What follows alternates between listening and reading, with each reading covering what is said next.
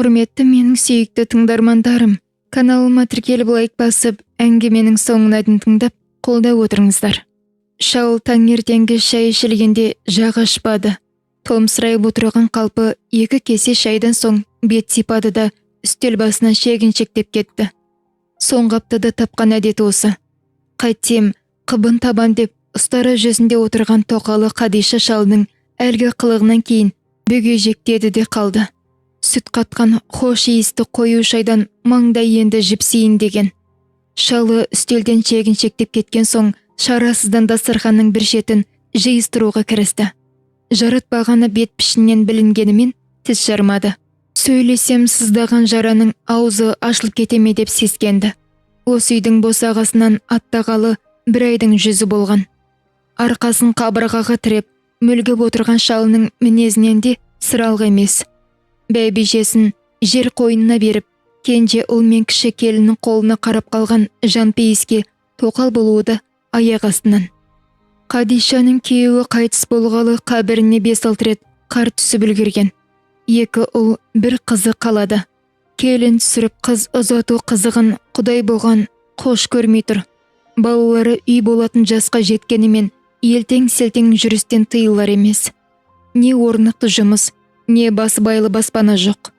Үлкен ұлына көктемде соқа басың селтеңдеп, қашанғы жүрмексің деп емеурін білдіріп еді. Немене, келін түсіретін дәулетің тіреліп тұрма? Деп ежіреген соң тілін тістей қойған. Күйеуі көз жұмғанда ұрпағының қызығына деп жиған азын-аулақ малды бір сыдырғы дүние мүлікте қалып еді. Азғана малды аузын арандай ашқан ауыр тұрмыс жұтса, киім кейіле тозған. 50-ден енді асқан жасамыс әйел ерінің қара шаңырағында осылайша шықпа жаным шықпаймен күнелтіп отырған. Міне, осындай әрі-сәрі күйде жүрген Қадиша 2 кештің арасында отала келген әйелдей бастырмалата сөйлеген құрбысы Зибаштың сөзінің мәнісін аңырыңқырап барып әрең ұққанды ыршып түскен. Бәдірәу, байсырап отыр деймісің, өзі қосқанын Құдай өз алды. Шымылдығы желпілдеп отырған жас келіншек емеспін. Анау сойдауылдай ұлдарымның, бой жеткен қызымның бетіне қалай қараймын. Қадиша Зибаштың сөзінен ат-тонын ала қашқан. Алайда Зибашта қадалған жерінен қаналады екен. Бұрын сирек кіріп шығатын бұл үйдің есігін бермей қойды. Сырттай атастырып жүрген шалды айтқанда аузы аузына жұқпай жесір әйелдің осал тұстарын дөп басып, іші бауырына жылан құрттай кіріп алды. Қадишау, еріңнің артын 5-6 жыл күттің. Әруағы риза. Бала дейтін балаларыңның сиқы анау. Қолыңды жылы суға малып қоймас. Ендеше бетіңнің әрі таймай тұрғанда әлгі шалдың түп етегінен ұста. Оның да қартайып тұрған шамалы. 60-тың арғы бергі жағында. Бақуатты әрі дәулетті көрінеді. Балаларының бәрі орнын тапқан. Сенің ұл қызыңның аяғынан тұрып кетуіне көмектеспесе, салмағын түсірмейді. Деп оны майшелектей айналдырып, құлағының етін жеумен болды. Жесір қауқарсыз әйел қорғансыз келеді. Жанашырлықпен айтылған жылы сөз қорғансыз әйелдің буын-буынына түсіп, қылбұраудай шиырыққан жүйкесі босап, сөз жасына ырық береді. Қадиша да сөйтті. Жанпейіс қалың қабақты, көзі нұрлы, дөңгелек жүзді адам екен. Сөзге сараң, ие жұмсақ тәрізді. Шешіліп сөйлесе алмай, кібіртіктей берген соң, бар шаруаны тағыда сүйреңдеп отырып, Зибаш тындырды. Кейін білді ғой, қимасы неге қышып жүр десе, Зибаш Жанпейістің атылас туыс екен. Осылайша ойламаған жерден Қадиша апақ-сапақты бөтен шаңырақтың босағасын аттады. Тумысынан ашық жан емес еді. Түскен үйіне сіңісіп кете алмай, кіріптары күйден арыла алмай жүр. Шал жалғыз болса, жеңілірек болар меді, бәлкім. Қолындағы кенже ұлы Қайрақбай мен келіні Әсемгүл Қадишаны келген сәттен жақтырмай қарсы алды. Содан бері ит пен мысықтай аңдысып күн өткізуде. Бір үй 2-ге жарылғандай. Жастар көбінесе ас-суын бөлекшеді. Қадиша осы үйдің қонағы сияқты. Қазан ошақтың билігі Әсемгүлде. Мал мүлікке қожа Қайрақбай. Көлденен көк атты түгілі бір кіндіктен тараған бауырларына, себепсіз дәм татырмайтын қаруалық біткен бойларына. Қадиша осы үйге түскенде қаладан Жанпейістің үлкен ұлы бір топ жолдасымен сау етіп жетіп келген. Әсемгүл қайнағасына бір шайнек суын сызданып жүріп әрең берді. Қонақтар шай іш болысымен ауылға келгендегі шаруаларын тындыруға шығып кетті. Әсемгүл әдеттегі пысықтығымен үйді жылан-жалағандай жиыстырып шықты да теледидардан сүйікті сериалын көруге отырды. Келінге батылы жетпеген Қадиша шалы Жанпейіске: «Балаң, сыйлы азаматтарымен келіп отыр ғой. Қой союға қамданайық, үлгере алмай қалармыз», деген. Шалы орнынан былқ етпеді. Әңгімеге құлақ түріп отырған Қайрақбай тоқал шешесін оқты көзбен атып сыртқа шығып кетті. «Әсемгүл шырағым, ендеше тоңазытқыштағы өлі етпен қазан көтерейік». Келіннің түсі бұзылып бара жатқанын көрген Қадиша аузынан келген келесі сөзін ішіне жұта қойды. Әйтсе де жаза басқан екен. «Құйысқанға қыстырылмай, жайыңа отыр. Дайын асқа тік қасық болмай. Көрінгенге шаша беретін далада жатқан мал жоқ. Мон тиіп мүләйімсіме. Зымаян ойыңды білем. Жарымаған, аш арықтарыңды күні ертең осы үйден асырамақшысың ғой. Аяқтарын аттап басыншы. Қара шаңырақты ортасына түсірейін».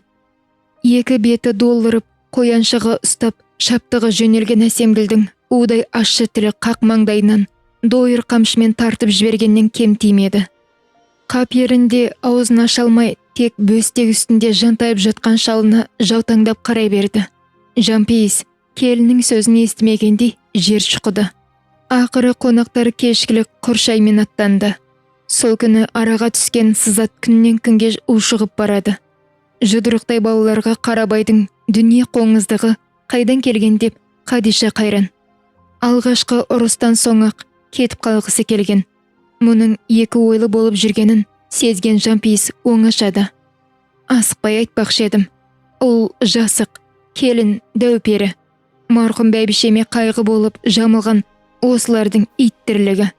Дегенмен ақылға салып ойлан. Кеше ғана кетіп, енді кері жетіп барсаң, ауыл аймағыңның, ағайын туғаныңның бетіне қалай қарайсың? Мүмкін бір Алла жөнін беріп сыйысып кетерміз», деп Қадишаға басу сөз айтқан. Шалының осы сөзі тоқтау болып, әрі Жанпейістің сүйек шатысы ағайындары, қаладағы балалары есік көрсетуге шақырып, бой жазып, сергін кіреп қалған. Десе де күздің жылаңқы жаңбырлы аспанындай отбасындағы тоң теріс тірліктің қабағы ашылмай-ақ қойды. Шалы да ішін жегідей жеген уайымды сыртынан сездірмей, ара-арасында күрсініп, жауар бұлттай түнеріп жүр. Соған қарап Қадиша шаңырақта сатыр-сұтыр етіп, найзағай жарқылдайтын күннің таяп қалғанын запы болған әйел жүрегіме сезінді. Жанпейіс күн көк жиектен қылтая шабдар атына қонды. Астынан су шыққандай ертелетіп қайда бармақшы деп аңырған Қадиша ауладан шығып қарап еді. Шалы шабдарды сипап қамшылап сайға құлдилап барады екен. Бәйбішесінің басына Құран оқып қайтпақшы сірә, деп ойлаған тоқал кері бұрылды. Жанпейіс бейттен қайтуға асықпады. Қалың шөпті жапыра малдас құрып отырған қалпы бәйбішесінің құлпытасына ұзақ тесіле қарап, қым-қуат ойға берілген. Еріні күбірлеп отыр. «Бейғай-ау, қажыдым ғой. Кіндігімнен жаралған баланың ойымы қабырғамды қайыстырды. Менен сен тәуірсің. Қара жердің қойнынан тыныштық таптың. Ішіне шынтақ айналмайтын ежірей деген ұлың болады. Ақыл айтсаң, ауырып қалатын» деп. Бұрынғылар бекер зарламапты. Үстінен құс ұшырмай өсірген кенжеміз шірген жұмыртқа болды. Аш көз келіннің айтқанына арбалып, айдаған жағына мұрнын тескен тайлақтай еріп жүре береді. Ото бөлмеге тығылып алатын екеуінің күбір сыбыры көбейді. Қайын жұртына шапқылауды жиіледі әлгі боз өкпенің. Осылар бірдеңені бүлдіреме деп түнде кірпігілуден қалдым. Қара орманға от кіреме деп қорқам. Жанпейістің есіне Биғайдың көзі тірісінде болған сұмдық оқиға түсті. Сол оқиға шал мен кемпірдің жүрегіне тікенде қадалған. Адуынды келіннің ілік іздеп, ұрыс шығарып, көзі боталаған жалғыз ұлын апыл-ғұпыл киіндіріп, төркініне тайып беретініне көндіккен. Содан тым-тырыс жатып алатын. Сақалды басымен құдаларының аяғына жығылып, келінді өзі барып алып қайтып жүрді. Бірде Қайрақбай үйіне қаладан кеш оралды. Әдетте аузына сирек алатын ащы суды сілтеп жіберсе керек. Көздері жалтыңдап, тілі күрмеліп, табалдырықтан сүріне кірді. Бәйтенге қонышынан батпақ шалбардың балағы салтақ-салтақ. Келіншегінің жыландай жиырылғанына назар аудармастан, тәлтіректеп төрге озып, диванға қонжия кетті. Миғұла неме, қай жетіскеніңмен тойып алғансың? Базарға шығарған өгіз шеңнің ақшасы қайда? Әсемгүл әдеттегідей бұрқырай жөнелді. Әншейінде аузы буылған өгіздей үндемейтін Қайрақбай бұл жолы жалы күдірейіп, қолына іліккен аласа тақты келіншегіне жіберіп қалды. Ұшып келе жатқан тақтан зорға жалтары бүлгерген Әсемгүл: «Шірік неме, құтырайын деген екенсің? Мә, сыбағыңды ал ендеше», деп әлгі тақты долы күшпен кері лақтырғанда, ол Қайрақбайдың жанында абдырап отырған шалдың шекесіне сақ етті. Тақтың қыры тиіп, сыдырылған терісі астынан сыздықтап қан ақты. Аңдаусызда атасын жаралаған келін сыртқа ұмтылды. Оқыс оқиға есін жиғызып, сүмірейген ол келінге ілесе кетті. Жай оты түскендей опыр-топыры шыққан ордада зарлап шеше, бетін қан жуған әке қалды. «Сорлатты ғой, бесік көрмеген бетпақ, елі жұртқа қалай көрінесің енді», деп зар иледі. Биғай шалының бетін жуған қанды орамалмен сүртіп жүріп, әлсіз жүрегі сыр беріп бәйбішесі ертеңінде ауруханадан бір-ақ шықты. Халін сұрай келген шалының шодырайған шекесінен еппен сипай отырай Биғай: «Іштен шыққан шұбар жылан ғой, омырауымды қақтаған сүткен жемеді. Мен кештім, сен де кеш. Мал құлағы саңырау, дабыра қылма», деп егілді. Шың деспей отасқан Биғайы дәм тұзы таусылып, жарық дүниемен қоштасты. Мұның ендігі отырысы мынау. Жампейісі орнынан ұмтыла тұрып, шақша басы шарадай болып, зираттың темір қазығына байлаған атына беттеді. Арада аптар өтер өтпесте жайы оты жарқ етті. Кешкі асқа бұл жолы төрт көзі түгел отырған. Ас қайырардың алдында ұлы әкесіне қарап тамағын қырнады.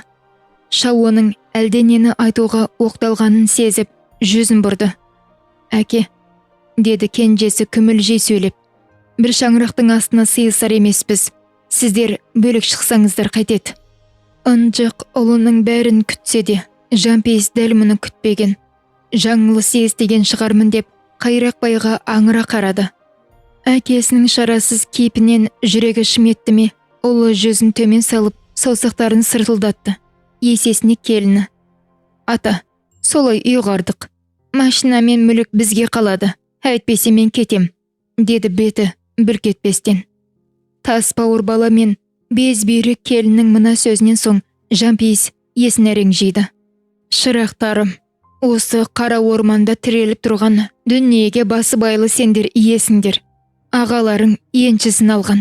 Екеуіңмен қарғадай немереме жиылған дәулет молынан жетеді. Қартайған шағымда қара шаңырағымнан қуатындай не жаздым. Бір шейдің басын сындырсам да пайдам болмаса зияным тимес. Келін қарағым, төсек жаңартсам желіккеннен емес. Жас бала ғой, ертең ауырып сырқасам саған обал болар деп қамыңды ойлаған едім. Ашу дұшпан, аптықпай ақылға салайық». «Жоқ, тездетіп күз түспей үй қараңдар». Келін сазарып үстел басынан тұрып кетті. Ұл аузына құм құйылғандай тым-тырыс. Тоқал жапаң-жапаң етіп, біресе өгей ұлға, біресе шалына қарайды. «Әй, тексіз неме», деді шал оқыс шамырқанып. «Обалың өзіңе. Тірі тұрғанда қара шаңырақ иесі мен. Үйде дүние мүлікте менің атыма хатталған. Сенің де сіңірген еңбегің бар. Хақыңды жемейм. Еншіңді алда, бөлек шық. Ал ана қатының ерін бауырына алып туламақ түгілі адырам кетсін. Сен де қараңды батыр». Жампейіс 2 күннен кейін қаладағы үлкен ұлымен хабарласты. Кенже ұл ауылдан бос үй тауып, жүктерін буып түйеге кіріскен. Келін түтігіп жүр. дағарадай 6 бөлмелі үйдің астан кестенін шығарып, күйеуін жүндей түтіп жатқанда қаладағы ұлда жетіп үлгерді. Қаланың қаратайығы емес пе? Нотариалдық кеңсенің қызметкерін жанына ілестіре келіпті. Үлкен үйдегі мал-мүлік үлеске түсіп, табан астында заңдастырылды. Мұның біріне араласпаған, төрінен көрі жуық, қалған шағында елдің алдында масқара болған жампейіс бүк түсіп жатып алды. Жүк тиеген көлікпен бірге қозғалған жеңіл машинаның алдыңғы орындығына жайғасқан келіні Әсемгүлдің «Қимаған қара орманыңның күлік көкке ұшсын» деген қарғысын шал естіген жоқ. Бұрын соңды болмаған осы сұмдық оқиғадан соң сыпсың сөз қауға тиген өрттей қаулап барып басылған. Қойын құрттап, айранын ұрттап, мимырт отырған ауыл қалыпты тірлігіне көшкен. Тек жампейістің ғана жан азабы өзінде. Айналма болған адамдай айналсықтап үйінен қадаматтап шықпайды. Қазаның жолы ауыр болған соң өмірден өткен замандасына топырақ салуға барған. Кенже ұлымен ұшырасып қалды. Ұлы бөтен адамдай теріс айналып кетті. Жампейісте ер қашты мінез танытып, бойын қарттардан аулақ салып, асқа қарамай үйіне қарай бүлкектеді. Үйіне жете бергенде аула сыртында тұрған бөтен машинаны көріп, бұл кім болды екен деп аңтарылған. Ойда жоқта жетіп келген тоқалының балалар екен. Олардың бұл келісін шал жақтырмады. Әйтсе де Қадишаның көңіліне келер деп жылы есендескен болды. Бір қойын сойып, көршілерін шақырып, күтіп жіберді. Қонақтар тараған соңда көпті көрген кәрі жүрегі атқақтап, елегізіп, ұйықтай алмады. Үркер ауа сыртқа шығып еді. Ауыл қалың ұйқы құшағында мүлгіп тұр. Жампейістің көзі ілініп кеткен екен. Есікті тарсылдатқан дыбысты естіп, шошып оянды. Бөлменің ішінде жалқаңды сәуле ойнайды. «Я Алла, я Алла!» деп тілін калимаға әрең келтірген шал терезеге үңіліп еді. Қора қопсысы лапылдап жанып жатыр. Шапанын желбегей жамыла сала сүрініп қабынып тысқа ұмтылды. Өртті алдымен байқаған көршісінің аттандаған даусына бір қыдыру кісі жиналып қалыпты. Бірақ өрт сөндірушілерге бой бермеді. Ала жаздай күнге күйіп қураған қора қопсы қамыстай бытырлап жанып, маңайына жан жуытпады. Жиналған жұрт жан далбаса қимылдап, әйтеуір оттың бетін үйге жеткізбей қайтарды. Қора қожалақ болған адамдар үйді үйіне тарағанда ала кеуім деп таңдатқан. Үйге жалғаса салынған гараж жартылай жанса, қораның күлі ғана жатыр. Төңіректен қоңырсыған иіс шығады. Жампейіс пен Қадиша ыс тиіп қабырғасы қара қошқылданған қара орманның қасында ербейіп тұр. Шығыстан шұғыласын енді шашқан күнге масайраған шүйкімде торғай шалдың төбесінен айнала ұшып шыршыр етеді.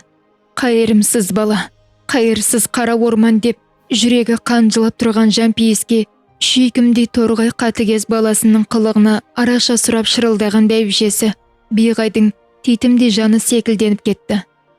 Ертеңінде дүрліккен ауылда өрт салған қайрақпа екен деген алып қашпа сөз желдей есті. Әңгіменің соңы. Каналыма тіркеліп лайк басып, әңгімені қолдай отырыңыздар. Тыңдағандарыңыз рахмет.